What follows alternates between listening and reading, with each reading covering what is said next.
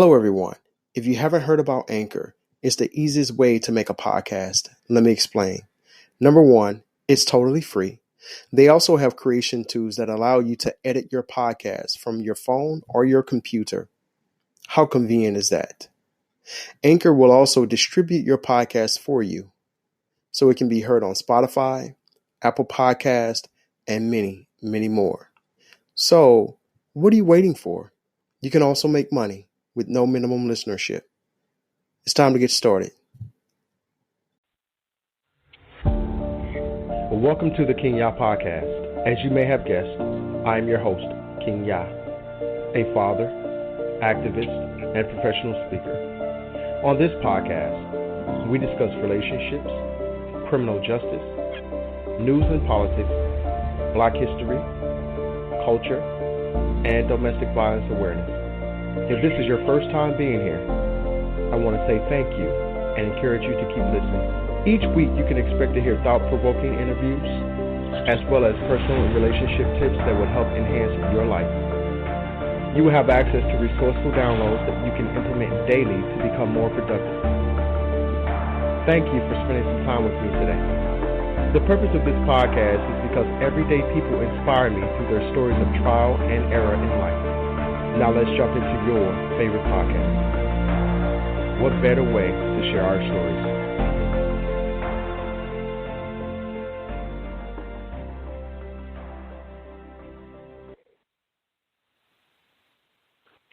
stories? Enough with the male bashing. Coronavirus. We've got a lot to talk about today. I want to thank everyone for listening to our show, for joining us today. We have coming up soon, Judge Joe Brown. Judge Joe Brown, for those of you that don't know who he is, he's an American arbitration-based reality court show starring former Shelby County, Tennessee criminal court judge known as Joseph or Judge Joe B. Brown. That show, it appeared on September 14, 1998, and ran through the 2012-2013 television season for a total of 15 seasons. Join the discussion with political activists, myself, Kingya, and Judge Joe Brown on the coronavirus and enough with the male bashing. We will have Judge Joe Brown on the show in just a few moments. How's everybody doing today? Rising every single day. People are hysterical. People are in fear of their lives. People are constantly worried and concerned about their next meal. Okay, so we will be bringing the judge on in just a few moments. So I want to thank you all for your patience and for tuning into our show again today. There's something that I need to talk to you guys about. It's something that's been on my mind, something that's been troubling to me for quite some time. Issues that have not been addressed in America and in our societies, and within our communities. When we talk about sexism, how it is alive and well, and how it began in the 1960s and 70s with the feminist movements, and it has propelled from that moment. I am one of many survivors, and I stand with actual victims of domestic violence. There is strength in numbers. How many women have visibly demonstrated this, especially when it comes to criminal justice, equal opportunity, domestic violence, and sexual assault, to name a few? Why is it okay to support our society, women in organizations like the Me Too movement who engages in male bashing and degrading behaviors that are demoralizing to men? Where is the unity among both men and women breaking the silence and seeking justice for the falsely accused? Children are disrespecting their fathers, their heroes, along with other positive male role models based on what they see in the media and their environment in the home. Young boys and men feel emasculated, teased, tormented, and falsely accused. The false sexual allegations and harassment against men continue to ensue in the media as the pandemic coronavirus. Our male leaders are constantly ridiculed. Kobe Bryant was falsely accused of sexual abuse even after his death. Why do we remain silent when boys and men are victims of sexual abuse and falsely accused? Male bashing dismantles the family. This type of bashing would never happen to girls or women. We must hold Hollywood and America accountable. Stand up for men and our boys. Help put pressure on America and stop disrespecting our families. We need to also empower men and young boys through unity and strength in numbers. This movement should be spread virally as a hashtag on social media. That we are bringing the Honorable Judge Joe Brown on the line. Judge, good morning. Good morning. Good morning. How you doing, sir? I'm doing fine. I hope you're doing as well. I am doing just as good as I can. I appreciate that, Judge. I'm honored. I appreciate you being on our show this morning and speaking to our guests as we talk about enough with the male bashing. Is it enough of the so-called toxic masculinity, the breaking up of the family? We deserve it as long as we put up with it. See, the fundamental issue you have to understand is that women don't have the power to do this to men unless men permit it.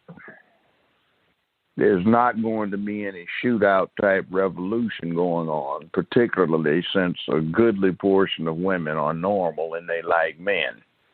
And the goodly portion of men are normal and they like women. But you see, there are those that don't, and for the last half century, they have been busy little beavers working away after intentionally acquiring control of print media, television, and motion picture production to spread a propagandistic method. Your main source of push against normalcy comes from feminist white women who are firmly of the belief that marriage is a form of slavery. And their objective has been to destroy the traditional family and to destroy masculinity. Black men appear most masculine to them, so we become the primary target and the easiest target, and they're using us somewhat like guinea pigs to run trial balloon experiments with to see if they can get us down. They have controlled the media, and one of the forms that is very insidious is the hip-hop culture that they have put in place. They, not us, over the last 50 years. It started slowly, but it was an increasing amount of dysfunction that was glorified and became the thing for young black boys to adopt, so that when they became of age to be men, they didn't become men because they had the wrong ideation. See, one example of that is this thing where basketball becomes the most important thing in life to a huge swath of young black males who ought to be focusing on reality but are not.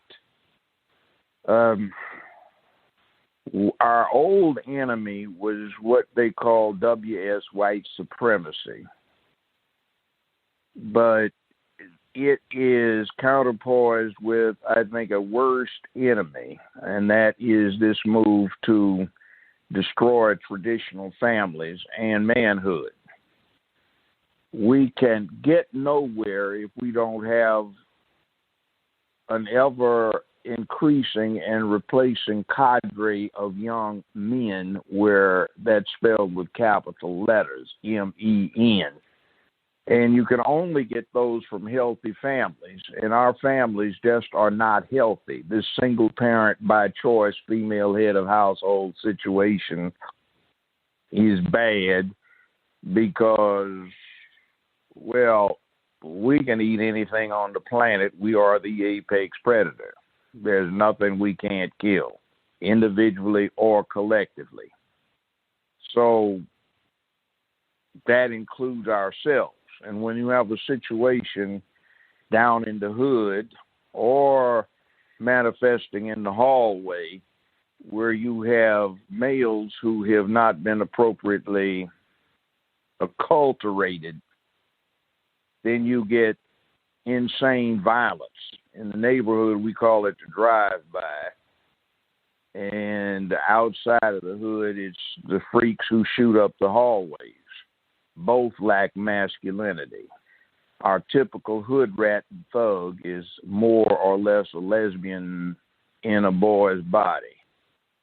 You can see this with this sick puppy they've got, Billy Porter, that Sesame Street was going to hire to wear dresses on their show while they acculturate 3, 4, 5, 6, 7, 8-year-old children, so they become conditioned to think of males as being girls also.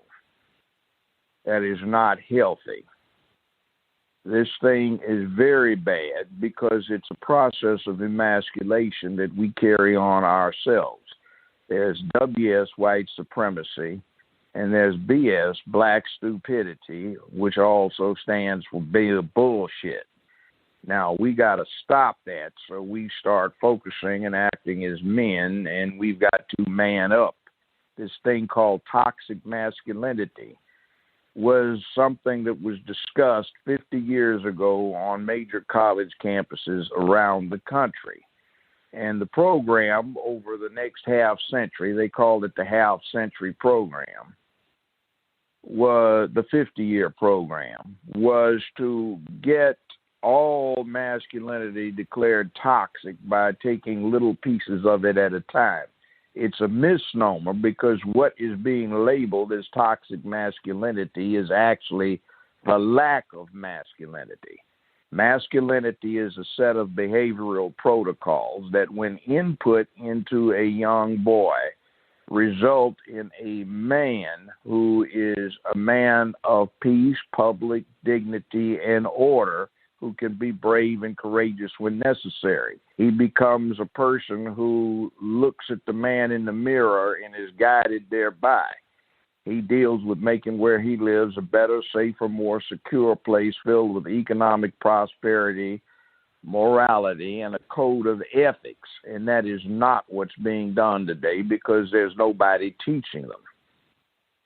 Now, I hunt. And I've killed the largest things you can kill on this continent.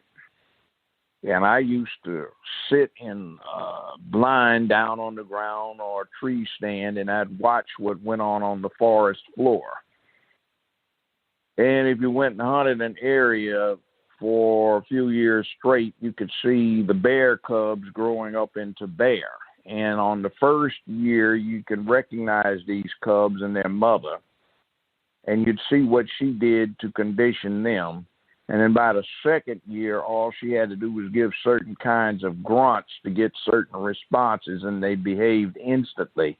There were things out there that would eat them or kill them if they did not obey.